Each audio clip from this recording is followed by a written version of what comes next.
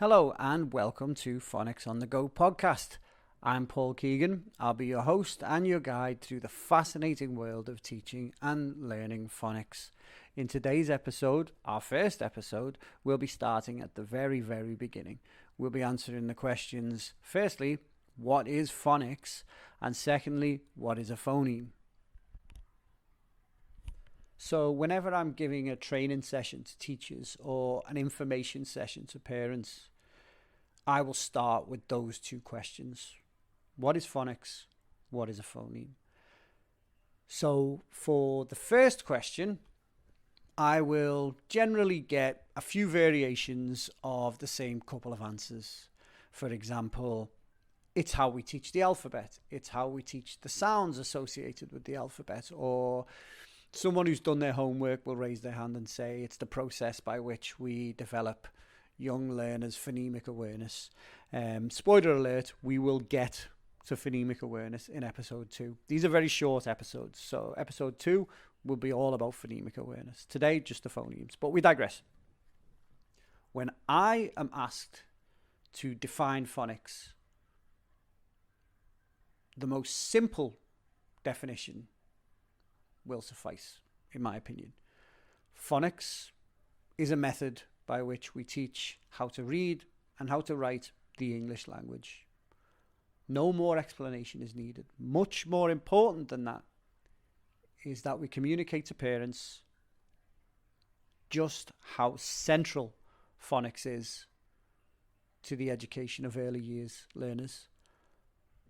And it's also vitally important that we communicate to teachers just how crucial it is that we get our teaching of phonics right. Over the course of this podcast series, we'll be learning how to get things right, how to properly sequence what we are teaching, how to keep our activities developmentally appropriate, and importantly, what to do if things go wrong. The second question is a little bit more difficult. In my decade plus of speaking to teachers and parents about phonics, I've heard every answer from a phoneme is a letter, to a phoneme is a sound, to a phoneme is a letter associated with a sound, to a phoneme is a sound associated with 1, 2, 3 or 4 letters.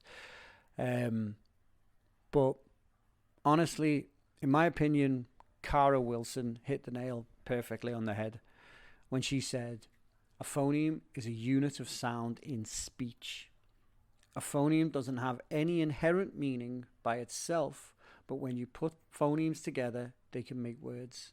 Now, what I like about that definition the most is when she describes a phoneme as a unit of sound in speech. Before we learn to read, we learn to speak. And the language that we speak is made up of phonemes.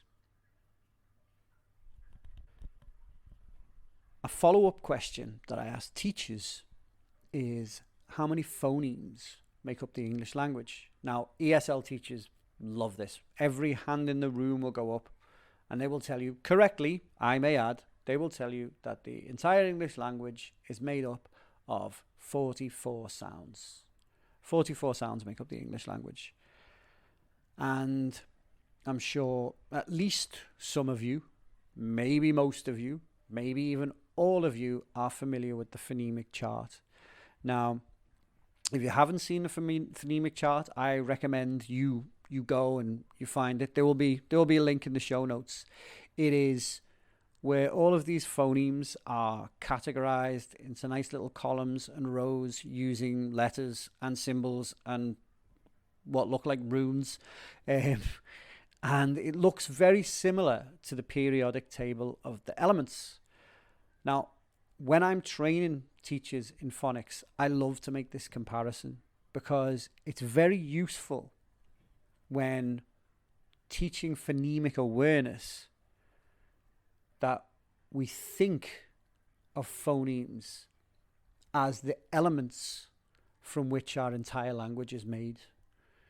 Each phoneme is an atom it's part of something bigger, which create the linguistic atmosphere in which we all exist.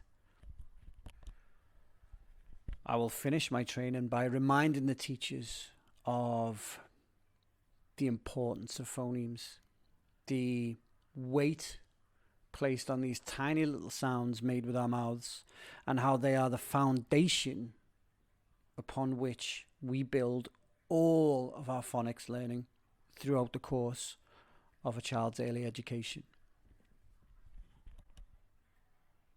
Thank you very much for listening. If you have any thoughts or questions or comments, please do not hesitate to reach out to me. I am at Phonics on the Go, all one word, on Instagram. You can reach me via email, info@phonicsonthego.com. You can even go to my website, phonicsonthego.com, and sign up for the mailing list. Thanks again. I'll see you next episode.